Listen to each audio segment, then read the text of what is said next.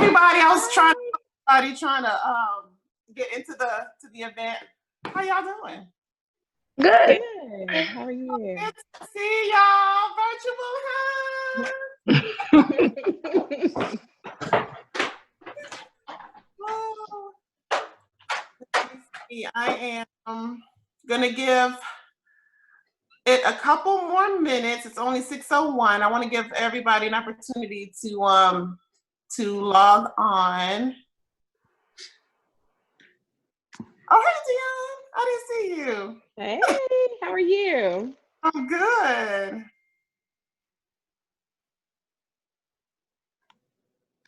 You're looking good. Oh, thank you, girl. This has been my best since coronavirus has started. Look, I feel like I should have changed my shirt. I'm still in my t-shirt. I did bathe and get cleaned up and put on clothes for y'all. Yep, I put on makeup and I changed my shirt. I was like, we're going on TV almost. Well, what y'all doing? Well, y'all look good. Y'all look great. Y'all did a great job. Yes, you did. Nicole Doyle, you looking pretty. Fancy. That's what I said. Oh, she fancy. Uh-huh. Yep. Y'all should see one of my sisters. She worked for the DeKalb County school system. She take a picture every morning. I said, why you got a full face of makeup? She said, this is Zoom. She said, this is TV. I'd be like, really? This is TV?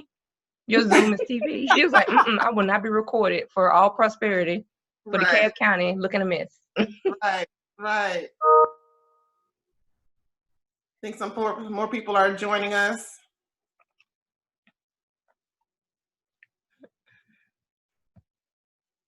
Let me see.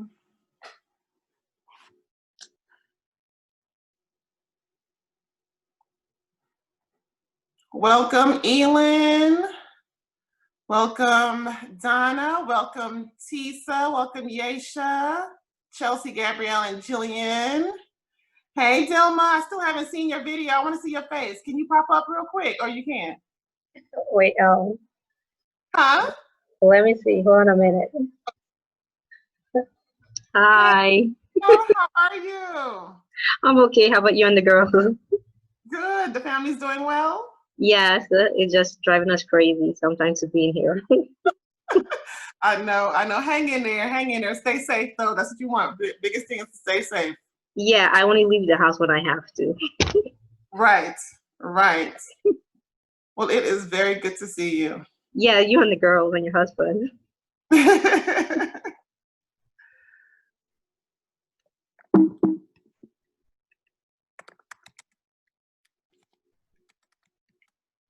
Well, let me see. It is now 6:03. I'm going to start at 6:04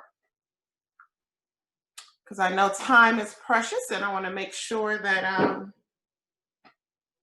I get everything in and a good time frame so y'all can go ahead and get dinner afterwards and all that good stuff.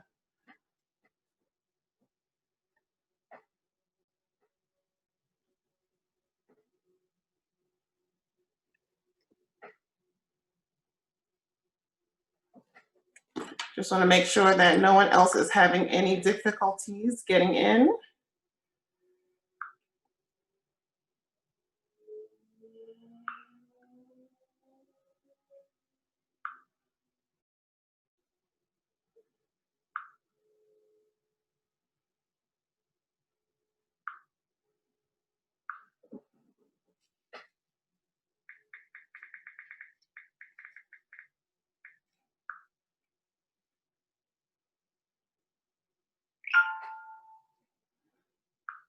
All right. Well, welcome everyone. Most of you know me, but some of you do not. My name is Nicole Jackson, and I am a homeschooling mom. I am a proud homeschooling mom, and I have been homeschooling my 3 daughters for about 9 years now. They have never been to traditional school, and so all they know is homeschooling. And so I have a lot of people that ask about homeschooling and what it's all about, because it's something that it's becoming popular, but it's still not as popular as traditional public school and private school. So I wanted to give this little informational for people who really don't know that much about it or heard a little bit about it and just want a little bit more information. I also have some other homeschool enthusiasts on the line with me, so I'm going to bring them in at certain times and get their take on certain things. Different people have different backgrounds and different experiences with this homeschooling. So I have Lavina on the line, I have Nicole on the line, I have Dion, I have Juarez, a homeschool dad, and I also have my 3 daughters. So they'll talk to you a little bit as well to tell you their experience for homeschooling. So just to give you a little bit more about my background, I come from a corporate background. I was in corporate America for years. Absolutely loved it. I thought I was Miss Corporate America. And then I got married and started having children. So once I started having children, my view of working in corporate America changed. It was really hard for me to go back to school, and I wanted to go and stay with my kids. It was so hard for me to leave them home and have someone else take care of them. But the job that I was at the time when I had my kids, there were a lot of people, it was very male dominated. It was in a sales department. And a lot of the people either working there, all of the men that worked there, or their wives, they were either homeschooled or their wives were homeschooling their children. And I received information about it because it intrigued me, because my thought of homeschooling was everybody had extra long hair, they all were covered up from head to toe, only skirts. You know, it was totally like similar to what Amish, that's what I thought homeschooling was before I started talking to them. Because when you don't know, you have your own vision. It's not until you dive in and you get more information do you really know exactly what it is.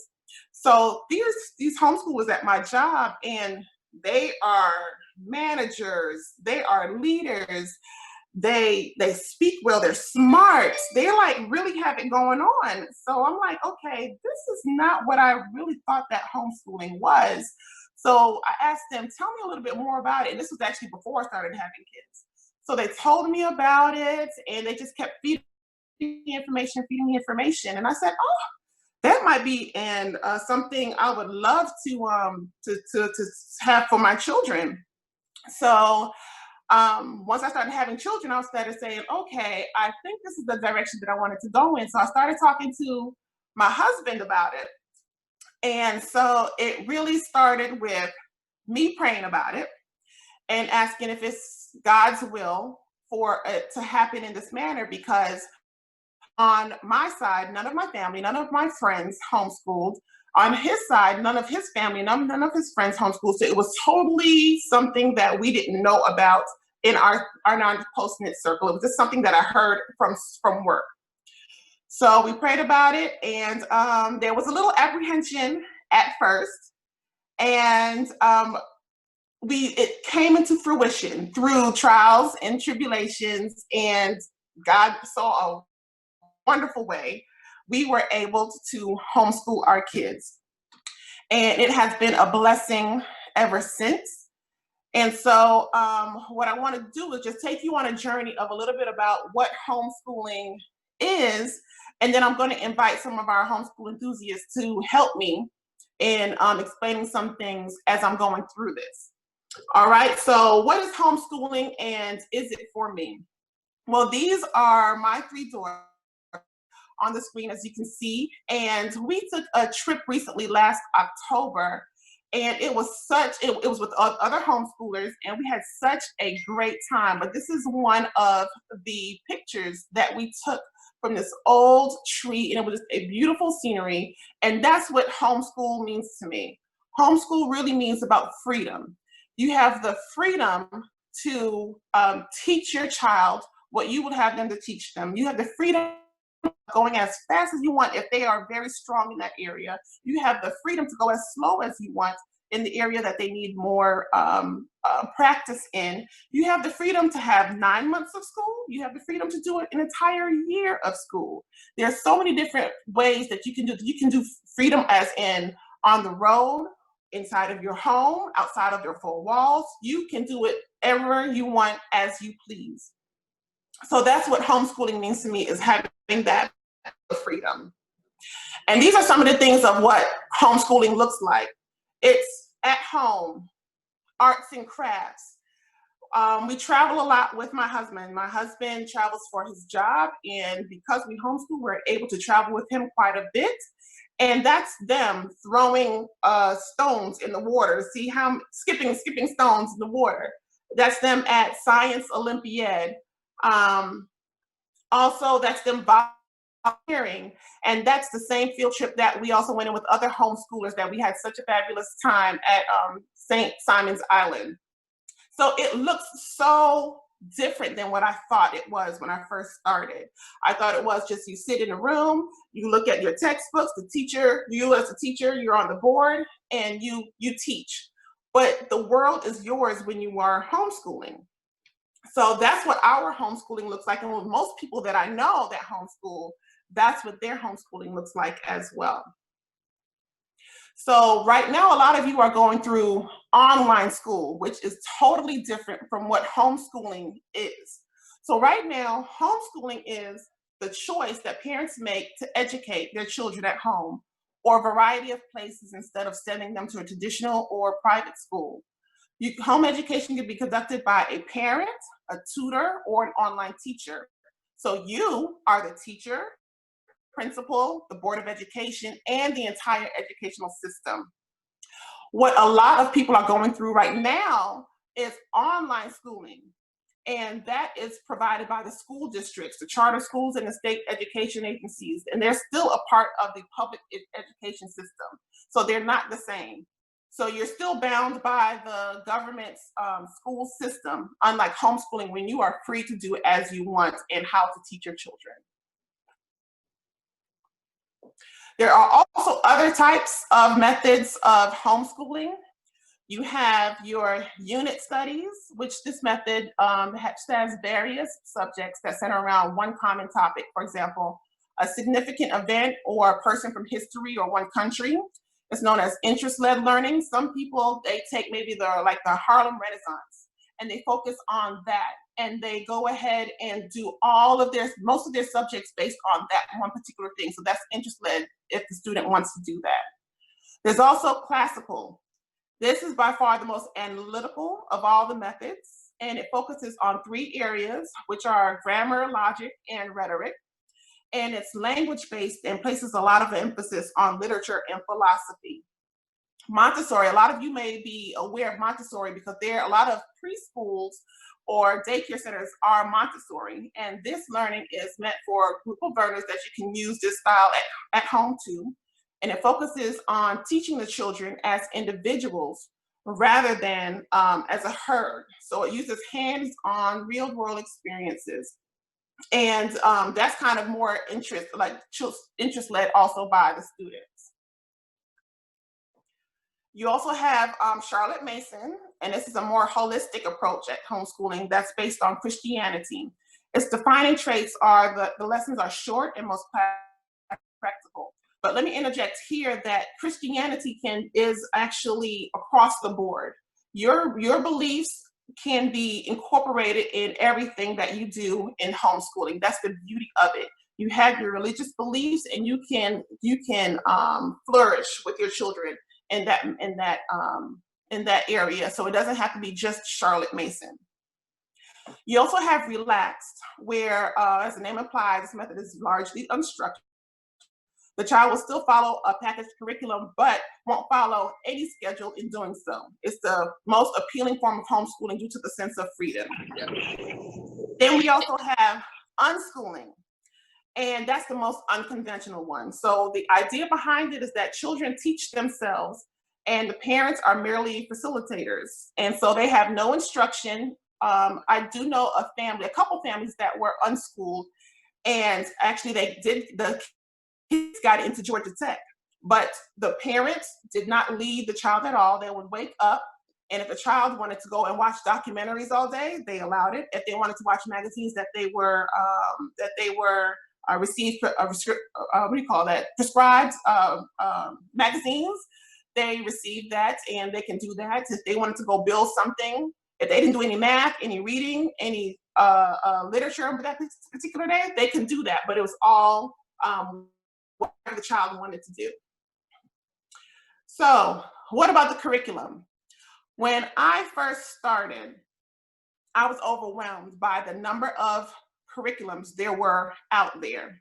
There are hundreds and hundreds and hundreds of different curriculums out there for homeschooling, but you have to find the best one that suits your family and your children. And sometimes you hit it right on the nose from the beginning, and sometimes you might have to go through several different ones in order to get to the right one that's best for you all. So some of the things that you need for that is to consider your child's learning style. There's a lot of project-based learning curriculums. There's more reading. There could be ones that's more textbook and workbooks, more repetition, some with more pictures rather than words. So you have to know your child's learning style in order to do that. Consider your teaching style. Are you the person that doesn't mind with your child for about an hour and a half at one time, or do you prefer to break it up? So you need to pick curriculums where you might teach them for a little while, and then they have their time to work out whatever the problems or do whatever their work. So those are the different things you have to look at. You have to consider your priorities, your child's interests, your realistic time, your budget, and your reviews. And Nicole, Lavina, and Dion, what were some of the things that you guys looked at when you were looking at your curriculums?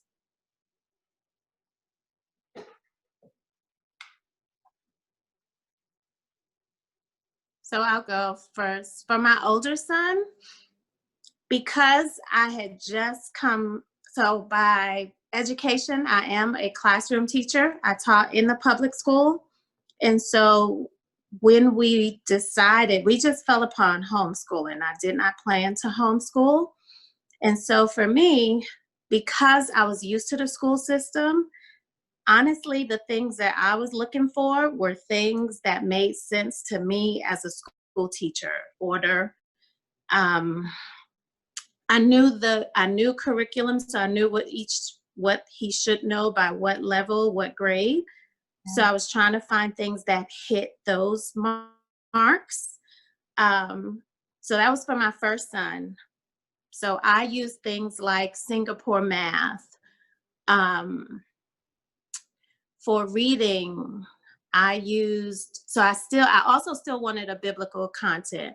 So for reading and English, I chose a curriculum with the biblical content. However, for my second son, who they're 8 years apart, those things didn't work. And I will say even my philosophy on homeschooling kind of changed between my first son and my second son. My first son was a driven type student. You give him stuff and he just wants to plow through it and keep it moving. Whereas, so lots of, there was a lot of room for challenging, went ahead. Whereas when it came to my second son, he's a different type of student. He needs interaction to learn. He learns by talking with you, hands-on things. So everything that I used for my first son, out the door. And I've also, throughout the years, I've homeschooled my girlfriend's children, and we've stuck with the same curriculum. But when Daniel came along, it did not work. It took about a month for me to realize, even though by trade, as a teacher, you hear it. Children are different. Children are different. But it still took me about a month to realize, as much as I love Singapore math, That wasn't going to work. it's not working for him. And I mean, like I said, that was a big deal for when I realized, okay, you have to change. And so from there, that's when I looked. So I looked more for a curriculum where it was more games, that type of learning. And now he loves math, whereas before he was not looking forward to math. Right. And that's the perfect example of considering your child. Even though you have more than one child, they all will have different learning styles, and you just have to cater to each child, because that one way of thinking and that one way of teaching will not help one and the other. You have to know their styles to make them to be the best that they can be. Right. And it's not that it's not a good curriculum. It just didn't. Different. Yeah. Thank you, Lavina. Well, I would say for myself for curriculum, budget was the first thing that we considered. After we attended the homeschool fair that happens in Cobb County in July, I realized how much things cost, and I was like, there's no way I can afford even a workbook out of this with 4 children and trying to get 4 sets of everything. So for me, it was absolutely budget. And so in the first 3 years of homeschooling, I created all our homeschool curriculums from scratch. I use a couple of different resources. The library, number one, was the biggest resource. Also, we use, there's a website called Ambledside, AMBLEDSIDE. And basically it is Charlotte Mason. All of her curriculums from, I think she really started, like, her whole curriculums from like 1920 something in there, but it's like the basics of all her curriculums. It'll say grade 1, grade 2, grade 3, and kind of like the way they were doing, because even though Charlotte Mason feels very classical in education, it's a classical education style, but she has her own philosophy to it. So I would use a lot of her materials, and then by the grace of God, the private school up the street from us went out of business and donated all of their Becca curriculums, grades 3rd through 8th. Won't he do it? Won't Jesus show up? And to the Goodwill, and I collected curriculums, full sets, for not just my 3 children who were older than, but also 3 of my sister's children. So our first years were only about budget, but at the same time we did pretty classical then. We were doing Latin, a lot of memorization, a lot of rote memorization skills and Bible scriptures, a lot of field trips, because we never homeschool on Friday. Back then we never homeschool on Friday, and so now that I have high schoolers, that is not an option. Kids are actually going to classes where they kind of have to homeschool on Friday to get all their homework done.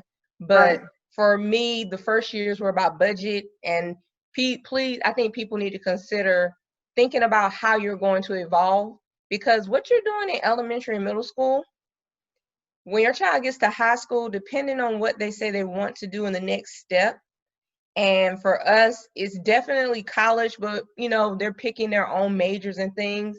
We kind of knew we needed more college prep, maybe even some AP classes. And so also free was Georgia Virtual School.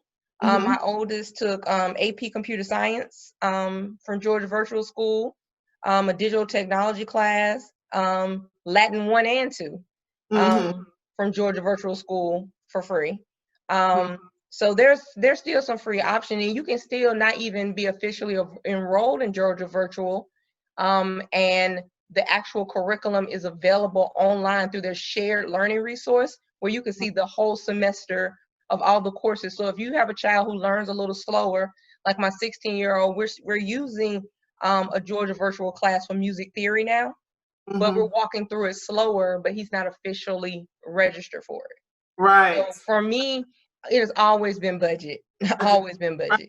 Every family has their different reasons or different paths of how they will homeschool, and that's a major thing is budget, because when you're homeschooling, most of the time it's one income coming into the home, so that's a major thing.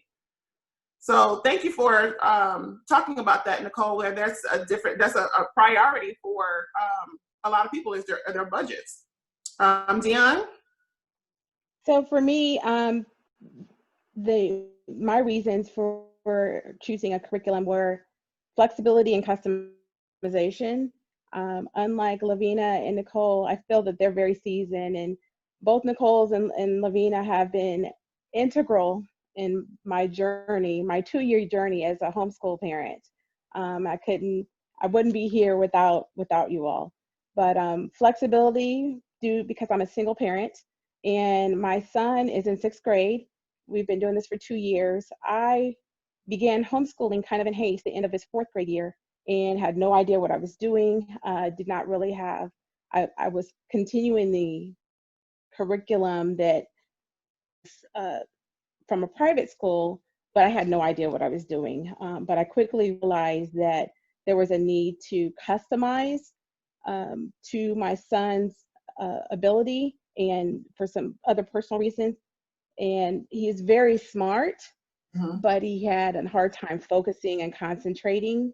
And that's very difficult. My son was diagnosed with ADHD, and I kept hearing most kids with ADHD don't do well in school. Well, that wasn't his challenge. So it was a little bit more difficult to get him the help he needed. And I quickly realized in the 2.5 months that I personally homeschooled that I was not called to homeschool. And for the safety and well-being of my child, I sought tutors. And that is another thing that worked very well is according to the state of Georgia, I am the teacher and I'm registered. My son is registered as a homeschool child with me teaching, but I have a tutor that will teach him on a day-to-day basis. And that's it's an amazing setup that works very well. And just in the 2 years, I've seen my son just overcome a lot of his challenges to where they're a non-issue now and actually advance.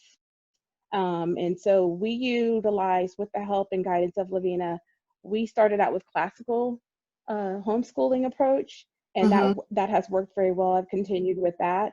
And then just picking and choosing different curriculums. My first full year when I had a tutor, I didn't know a whole lot, and I wasn't that aware of all the different curriculums that were out there. Leading into the second year, I started attending conferences. And when Nicole Jackson says there are a wealth of curriculums out there, she's not kidding. And my advice would be to take your time. Don't feel like you have to buy everything that you see. There's a lot of resources that are donated by other homeschool parents. Goodwill will be your friend. There's lots of resources there. And it doesn't have to be a formal curriculum necessarily in order to teach your child. The flexibility as a single parent and then starting a new career where I work for myself, that was integral in looking at the kind of curriculum that I chose, the approach to homeschooling. There are co-ops that you can participate in where you can homeschool your child and have them attend co-ops every day of the week or 3 times a week or 1 day a week. So there's some options there. And so I was able to choose a co-op and a curriculum that was flexible to assist me as a single parent and still provide my son with what he needed. So, and now he is, through the combination of co-ops and individual curriculums for math and science, and then the classical model that we use for the, the language arts, it's worked very well. And it's still a journey. Who knows what we'll do next year as he's getting into middle school and we'll be doing more independent learning. I know it's going to change and we'll have to, customize it possibly again. But that's what's worked well for us is having that customization so that he can still do well, be able to focus and thrive. And then I can still meet his needs as a single parent. Exactly. Exactly. Thank you so much for sharing that, Dion. And Dion, Nicole, and Lavina have 3 different types of situations going on. Dion is the newest homeschooling parent, and she is a full-time worker where she hires a tutor for the majority of her son's work. Then you have Nicole that her children have been in public school and private school before and transitions into homeschooling. And she does a lot of the teaching. She is also the president of one of the homeschool co-ops in the Stone Mountain area, DCHE. Then we also have Lavina that was actually a teacher in the public school system who decided to homeschool her own children. And she also was tutoring quite a few kids, including Dion's son at one point, but now she's just focusing on her youngest child.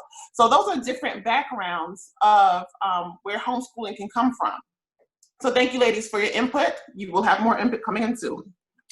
So the big question, what about socialization? I don't know about you guys, other homeschool moms. Is that a big question for you guys? Yes, that's one of the main things that I hear about, socialization. So here's my deal.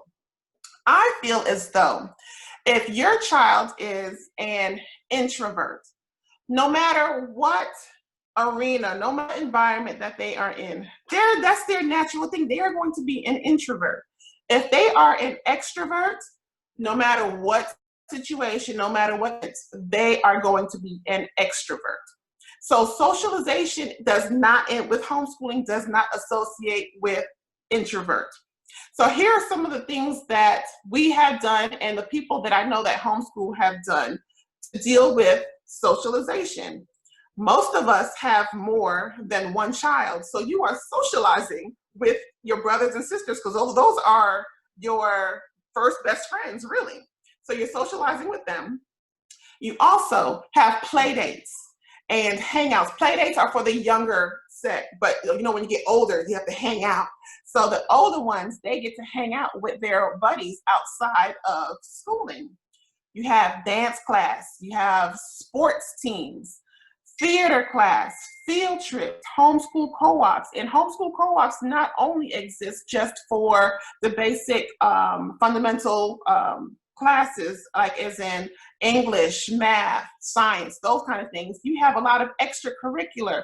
You have your sign language, your musical theater, you have arts, you have any type of musical instrument out there, singing. You have a whole bunch of different co-ops that involves all those things so the kids aren't missing at any. You have a lot of library groups and activities that go on there that people meet on a weekly basis. I know in my area, my library just started right before this whole COVID-19 thing began. Have activities focused only for homeschoolers. So the homeschooling community is getting so large that people know that they have to focus on it because there's a lot of us out here now. Also, the public school sports program. I don't know if you know, but homeschool kids can participate in the public school sports programs that are out there. You just have to go to that school and find out if they participate with that. I know some of the public schools do not, but a lot more of the private schools are open to that. So that's something where they are social. Music lessons, summer camps, a lot of volunteering, church youth, book clubs, and so much more. I know a lot of times, you have the vision of what social is when you don't know about it. But the friends that I know that homeschool, our schedule is so hectic. We have so much socialization going on that sometimes even my kids say, Mom, can we just stay home? Can we just not do anything for a little bit? Because there's so much socialization going on. So that's a myth when you deal with homeschoolers and socialization. So if you choose to homeschool, the process to even begin the whole thing is the parents must submit a declaration of intent by September 1st or within 30 days after a program is established. And you will find that information on the Georgia Department of Education website. They do have it online where you can submit the easiest form ever to fill out. You submit it online, and what I do is before I submit it, I make sure I get a copy of it, submitting it. As I submit it, I get a copy of that also home, and I keep one on me just to be on the safe side. So that's what you have to do. And if you're storing your child outside of a school, you just fill out the withdrawal papers from the school, and you also submit the declaration of within 30 days after you have done that. The parents or the guardians may teach only their child possessing at least a high school or GED. A tutor, Lavina, used to be, may be hired and hold at least a high school diploma or GED. This is different state by state. For Georgia, it's very lenient, and I'm sorry, I'm not sure. Can you guys still see my screen? No. Okay, not sure. So I'm gonna hide this down here. I'm not sure what this is. So yeah, the tutors and the parents must hold a high school diploma or GED, which it's not, you don't have to have a PhD or anything like that. So which is a wonderful thing.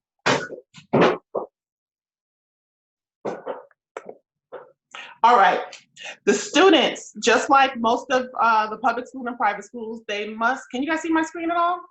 Do you see anything? Nothing. Huh. Okay, give me 1 second. I'm not sure.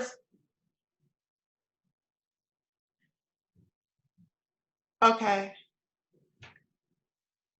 I'm not sure why the screen went off. I have my trusty middle daughter coming to help me.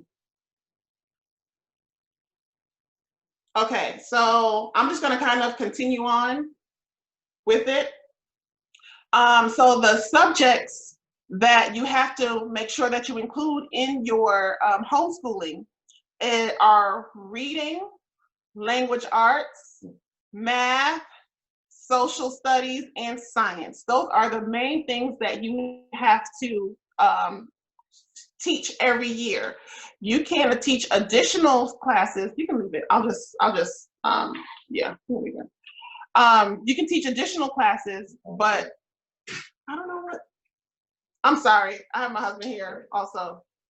And you can teach additional classes, and that will help with extracurricular activities, their interests, all those things. But those are the basic things that you must adhere to. Here real quick. Sorry, guys. An annual assessment report must be it as well. And it's basically just stating, what did your child do for that year for math? What did they do for English? What did they do for social studies? And you're giving a small synopsis of what each subject they do. It's not very hard, especially if you have youth work organized, then you can just take a couple samples of each thing and put it together, and it's very easy to do. The next one,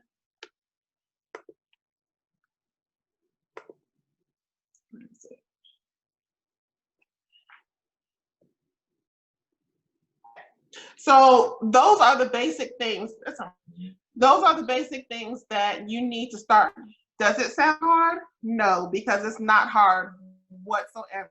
Georgia is one of the states that it's not as bad with all the restrictions. Another place like New York is very strict in their homeschooling guidelines. We're not as strict like that down here. So a lot of the things that I hear about homeschooling is people can't homeschool. They give a lot of reasons why they can't homeschool. A lot of them are they don't have the patience. I work outside the home. I want my kids to be socialized. My spouse says no. I just don't want to. I'm not organized and my child has special needs.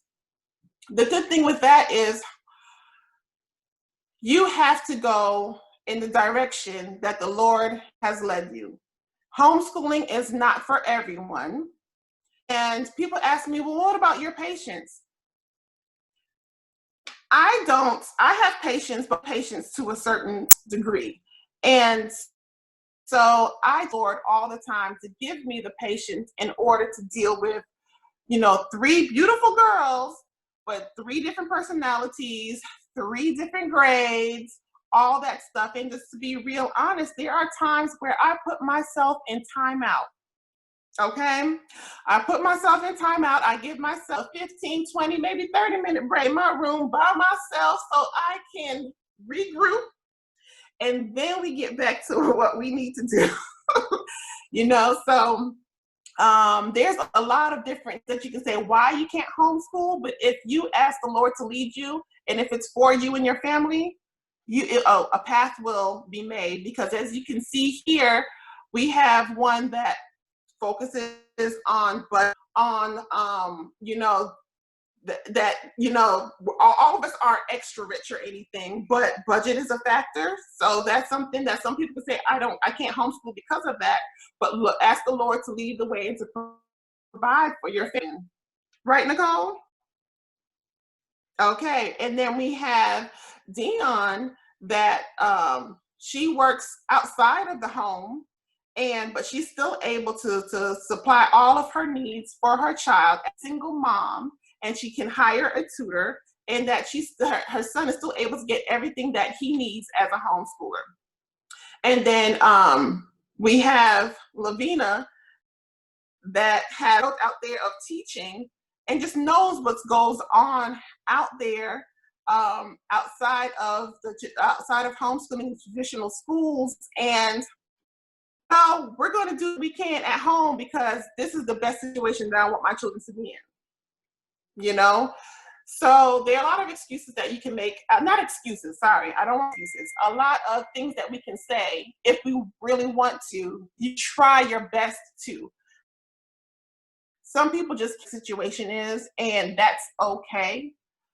Thankfully that, we were blessed in that manner that we can homeschool our kids, the ones that, hopefully God will make a way. I did want to ask my husband, Juarez, are you still on the line? I'm here. Juarez. I wanted to ask you what your thoughts as a homeschool dad, give a perspective of a homeschool dad, of not growing up. We are 2 products of public school and growing up not knowing anything about homeschooling, but now we homeschool our kids. And what are your thoughts and take on it? Definitely did not have any experience with homeschooling originally. My thoughts right now is that, I think everyone has to make their own decisions for them. And what's important is, to me, what's available in homeschooling, because I think you led your slides off with talking about freedom and the ability to have more access to your kids' lives and what your kids think, and to kind of guard to somewhat the experiences. I love my my public school experience, but the ability to really bring them up in a way that is it's guarded versus being more open, and it's more structured in the way that's more geared toward not only what you believe in, but the things that they like. So you get to focus more on what they like as a person and things that they like to do as people, versus being concerned a lot about other things. What were your thoughts when I initially brought up to you about staying home and homeschooling? It was, it was something that, something to consider. It was something that was, at the time, I think we had a nanny, And yeah, it was something to, yeah, definitely just consider about something to, that's different than what everyone else is doing. So it was something to really, uh, Right. into, because no one in my sphere of influence talks about homeschooling. No one at the time when, Right. nanny had a nanny either. I grew up with a nanny in Jamaica, but it's different than in Jamaica. You're kind of, it's okay to have a nanny and a couple of helpers, but it's different in America. So I was all for a nanny, and then getting an au pair was my big goal. And then staying at home, it was like, well, kind of things that were happening. Um, it was never any looking back. It was always like, okay, well, let's do it. Exactly. So since you travel a lot, how is it with the girls and I traveling with you? I think that's good because the fact that we're staying in mostly Airbnbs or really nice hotels. So the opportunity to, I think for them, for me, I don't get to see a lot of the museums. I don't get to go to a lot of, I didn't get to go to the White House. I didn't get to go to a lot of the museums. But the experience as far as the kids being able to talk about those things when, you have a Holocaust shooting that happens, or anti-Semitic related shooting, and then they could talk about them going to a Holocaust museum. It really rings, it resonates with me as far as the deepness and the thickness of getting a real life experience. When you can talk about going and seeing, the man who landed on the moon first, his museum, Right. going to see the Ark in where was that, in Kentucky. Kentucky. Yeah. Yeah.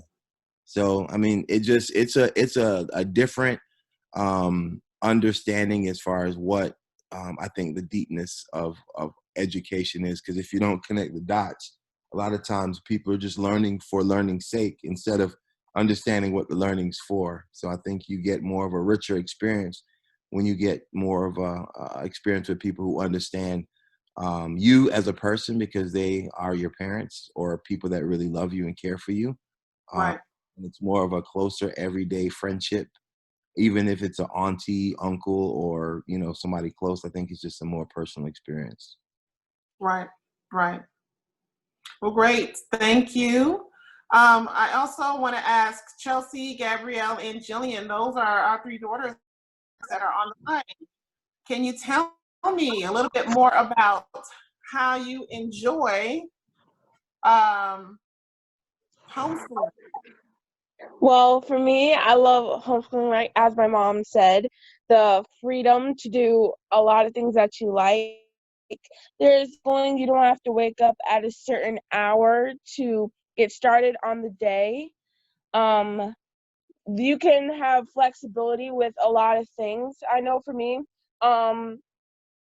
like I like hands-on learning, and for my sisters as well, I love hands-on learning. I love going to the museums through the day, because I know that for homeschooling you can go in anywhere throughout, still get as much learning done as public school, but with a more fun experience. So I love going to museums, seeing all the sites, everything, and I love seeing, like, as for the socialization part, I get a lot of socialization because I'm on the swim team, I'm in the drama club, and musical theater.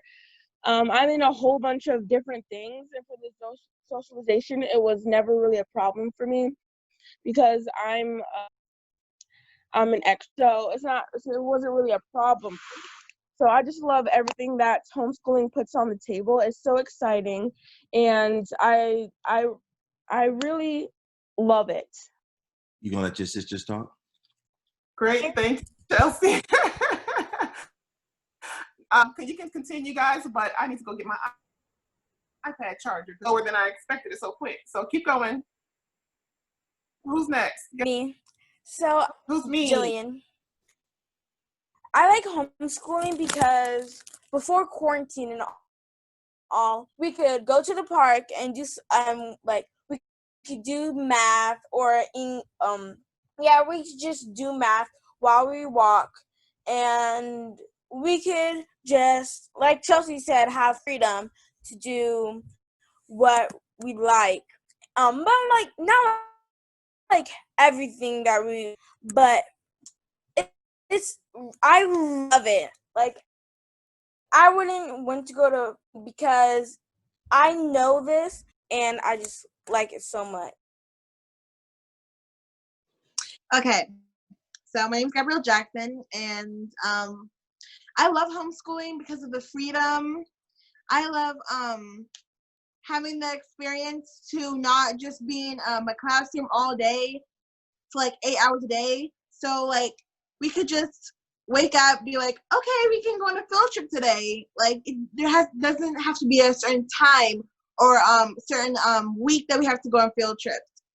And I love that we're not with the school system. So how about if they're in school, then we can just take a break whenever we want and still get all our work done throughout the year.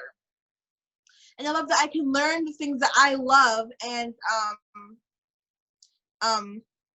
my mom can incorporate that in when I'm learning. And I just love the whole homeschool experience, and I love it. But I still want to go to college and like still be in like the classrooms and all that stuff. But throughout high school, I think I'm gonna be homeschooled. So yeah, I love homeschool. Thank you, Gabrielle. Thanks, girls, for your inputs. I definitely appreciate it. And I had a screen that showed the resources for homeschoolers that you can use, that most of us use. That's just to even start with. And it's the Georgia Department of Education. It's GADOE.org. And that's where you get all of your information about your your homeschool requirements and what's needed. Like some of the things that I talked about earlier, what the parents need to have, what you need to teach, the letter of intent, all those things are listed on there. Also, the Georgia, it's only not Georgia, but it's the United States. It's the HSLDA.org. It's the Homeschool Legal Defense Organization. And that is where they represent homeschoolers all throughout. If you join, which is for a small nominal fee, they will actively help you if you have any issues as a homeschooler. Because here in Georgia, we are pretty much free to do as we please, but it's not that way everywhere else. So it's good to have someone that, it was actually 2 homeschool dads that were lawyers that actually started this whole legal defense for homeschoolers. So it's good to join in because you get a lot of information about what's going on in the homeschool world across the United States as well as internationally. And if anything were to happen to you, they will definitely defend you. They will pay all fees if anything were to happen. Just paying that initial nominal fee to get in, I think it's worth it. Also, the GHEA.org, which is the Georgia Home Education Association, it has a lot of information about Georgia's any type of legislative bills that's coming up that might affect us as homeschoolers in Georgia. Has a lot of information on there just about Georgia homeschooling altogether. And one of the biggest homeschool expos that comes, I don't know about this year, but normally every July at the Cobb Civic Center. It's called the Southeast Homeschool Expo. And if you go to southeasthomeschoolexpo.com, it has a plethora of information about the different curriculums, workshops, seminars. It has all these great things that you can go and find out about, ask questions about, just walk around and see what's even out there. Even if you're not homeschooling, it's just a great place to go to because it has so much information. And it's usually from a Thursday to a Saturday. I don't know what they're doing this year, but I'm sure they have that information on their website. And then we have NIPA. NIPA is the Northeast Independent Preparatory Academy, and that's N as in Nancy, I, P as in Paul, A, -GA.com. And that's what a lot of parents for high schoolers need in order to have a transcript that's recognized by most of the colleges. And you can, as a homeschooler, you can have an accredited diploma, or you can have a non-accredited diploma. And actually, Nicole just went through this entire scenario. Her oldest child graduated with an unaccredited diploma, and now her son that's coming up, that's a junior right now, he will be accredited. So can you just give real quick the difference between the both, Nicole? Okay, so the accredited transcript is a transcript where basically it's kind of like the state of Georgia has stamped it as your child has completed all of these things, 3 credits of social studies, 4 credits of math, 4 credits of English, a credit of health, a credit of a half credit of health, half credit of PE, just making sure certain things are checked off, the civics that they will need, the economics, those kind of things, the basic things that any high school in the state of Georgia would need.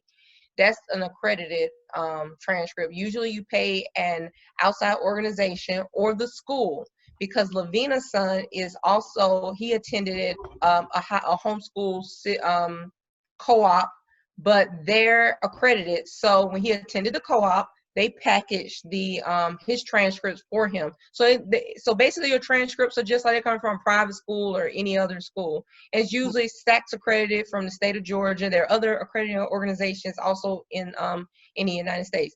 Unaccredited means that you have completed all of the things that you need to do for your child, but you're using test scores to basically give the transcript some credibility. My son attends Kennesaw State University, and I remember he first applied to Kennesaw State University. They said, no, you cannot attend here. You have an unaccredited transcript. I showed them ACT scores, SAT subject scores, and they were like, well, he has to have a separate higher score than the regular kids that are coming in, because as the counselor told me, we don't take mommy transcripts. I was like, okay. So, so with that, it's fine, because in the state of Georgia, you do not, so basically the Georgia Homeschool, the GHEA and the HSLDA that Nicole was just talking about, they sued the state of Georgia over the summer. They sued the Board of Regents and said, you should not have 2 sets of admission standards, one for unaccredited homeschoolers and one for regular kids. And so in the midst of my child's fall year, when he was still attending technical college, they sent us a letter in the mail and said, come on in spring. So he started school this spring for the first time in Kennesaw State, and he really enjoyed it until Corona took away all his dreams of escaping me. But that's the difference. But please recognize, when you're going through an accrediting situation, like I'm a part of NEPA, it costs money, and I'm a budget person, and so it costs money. In the end, I think NEPA for 4 years of accrediting for high school is going to cost us $1,500. And so we're dividing that $1,500 over the course of 4 years of him being in high school. And maybe Lavina can speak to this, but I know she was with Scholars Guild, and they have a similar situation where there's a separate fee or an additional fee if you're accrediting versus not accrediting. So be aware of the fact that you will have to pay some money for this, but you have to trade something. My son transcript, I have every piece of paper. I don't know why I still have it, even though he's a sophomore in college. I have every piece of paper. It feels like tests, anything from probably 7th grade up, because I was afraid to get rid of anything. So you have to trade something. You're either going to spend your money or you are going to spend your time. Right. So I just want to make sure people are clear about that. There's a trade-off. Yes, one or the other. Nicole is absolutely right. I am not a paper person. I don't like keeping stuff. And so for me, like she said, I ended up spending my money. So for Scholars Guild,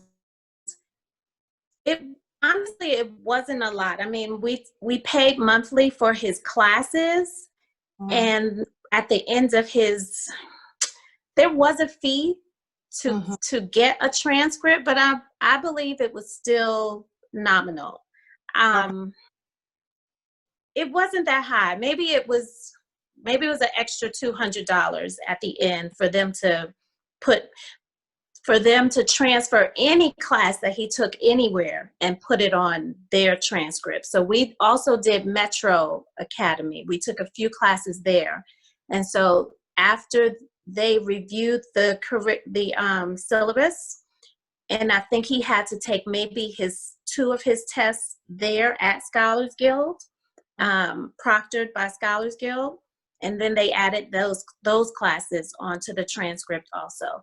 But so if you're not a super organized person, like I am not, I'm organized, but not when it comes to paper. Paying for an accredited transcript is probably the route you should take, because my biggest fear was my son's 12th grade year would hit and there is some piece of paper, some test that he needed, and I threw it away. And so I did not want to be responsible for that. Right. Well, thanks. Yeah, that was my biggest fear too.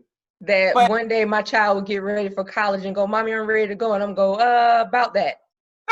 I'm not prepared. We're not ready. Like, that was my biggest fear.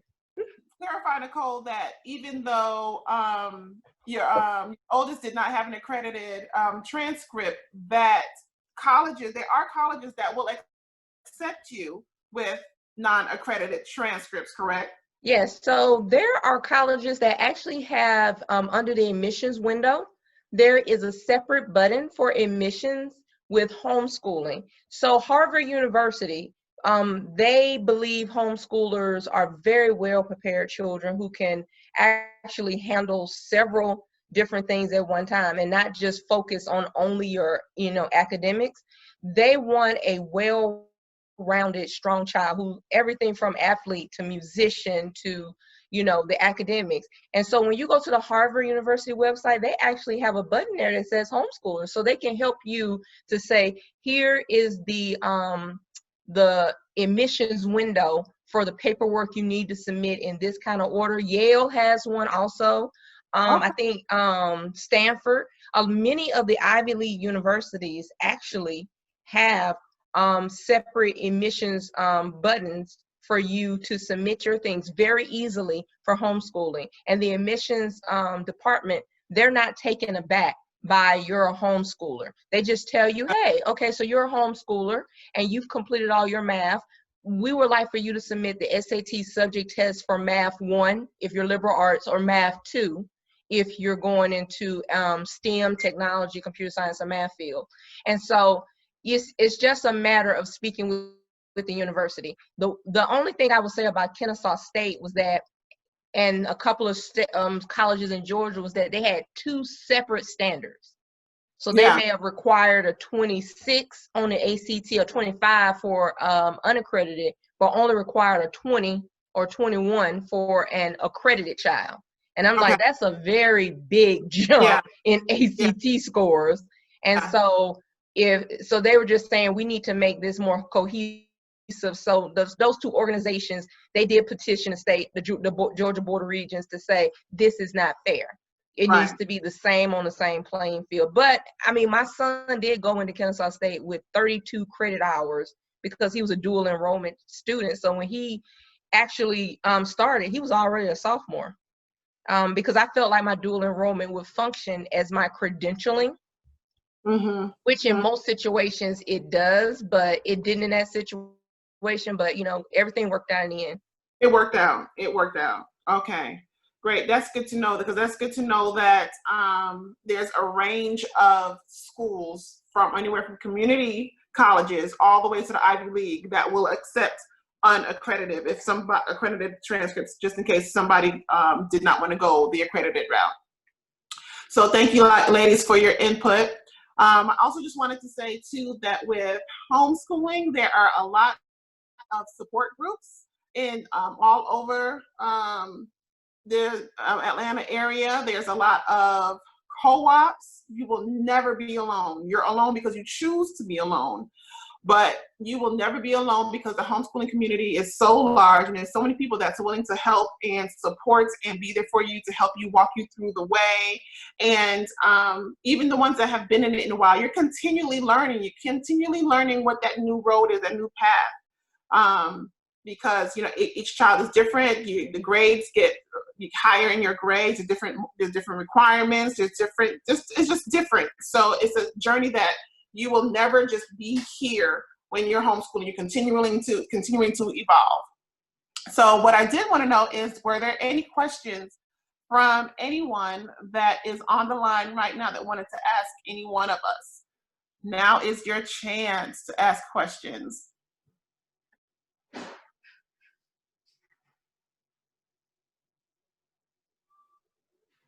And it could be any question. Hi, ladies. This is Delma Harrigan. I have 2 questions. Where do I get the list of like the homeschool co-ops?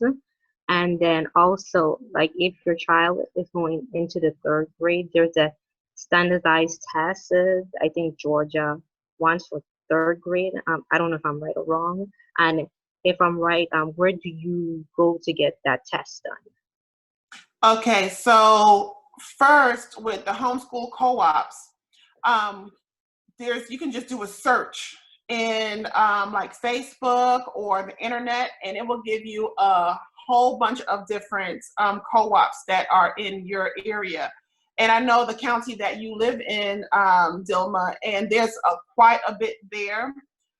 So that's what I actually did, is I did that, as well as speaking to other moms. Speaking to other moms, you will get so much information just by having conversation. So that's where I was like, oh, this one offers this. Well, let me try this out. Oh, I get there, start talking to other moms. Oh, this offers this. So that's where I started getting all the co-op information from, searching online as well as talking to other homeschool moms. Secondly, it was on my slide, but I think that's the time that my screen popped off with the slide. You do, just like traditional school, that you do have every 3rd year, starting in 3rd grade, you do have to take testing, and it has to be nationalized, standardized testing. You can administer it at home yourself. You just have to apply to be an administrator. Or you can contact your local school, and they will allow you to take it with their students there. But you have to find out which school in your area does that. Ladies, do y'all agree? Yes, there's also, you can get the test from, I think there's a couple of different places. I've gotten a test from Bob Jones, and I've also gotten a test from Abeka, and you can get either the SSAT or use the what was the other one, the STAT, and then I think there's the ITBS. And then we have basic skills. Yeah, go ahead. No, go ahead, Dion. Were you saying something? The Iowa Test of Basic Skills. Yes, I've just had to go through this. There's a lot of different sites, and I think you can go through the HLSDA site, where they will give you HLDA. There's a link there that will take you to several different places where you can order the test, get information on each of the specific tests, and actually order both the prep materials and the actual tests. There's also some co-ops that will offer testing sites for you if you would prefer not to administer it yourself. Does that answer your question, Dilma? Your questions? Yes, thank you, ladies. You're welcome. Are there any more questions?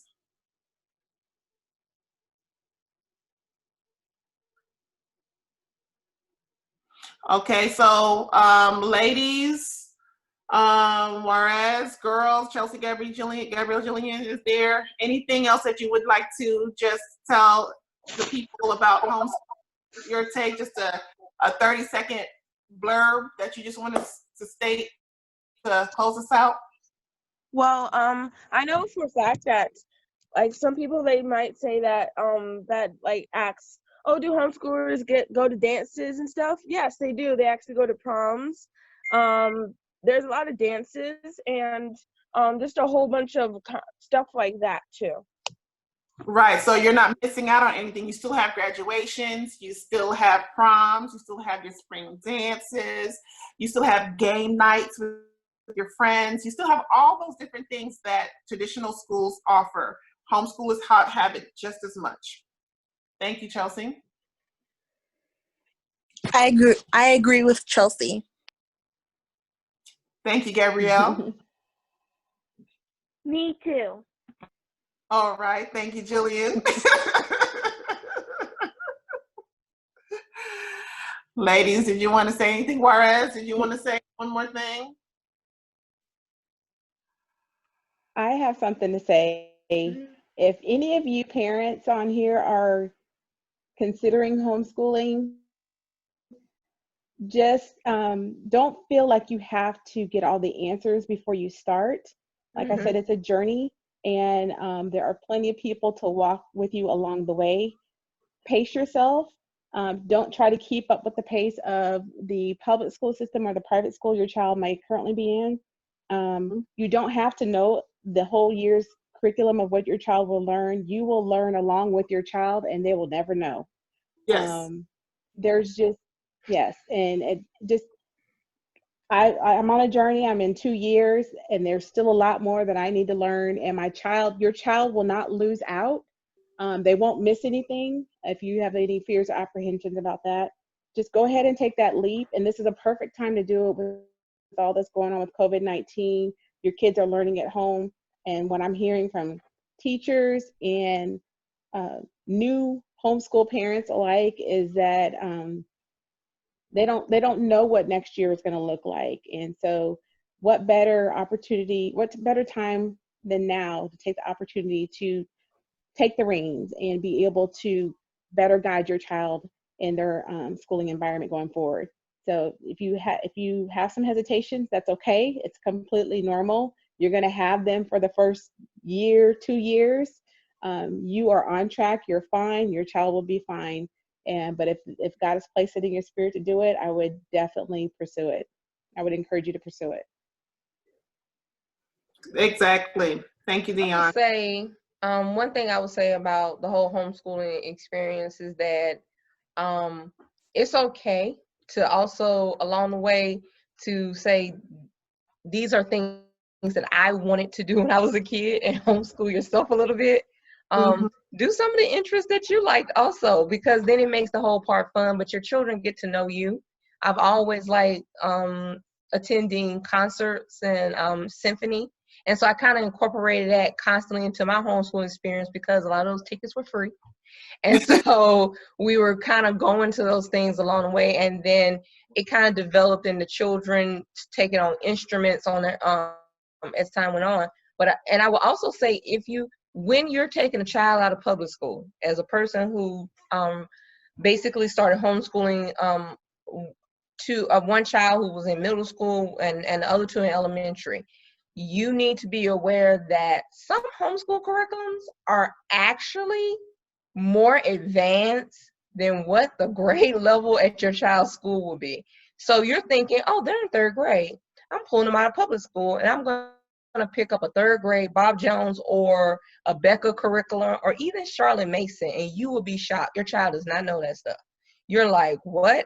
Your child is missing some certain things.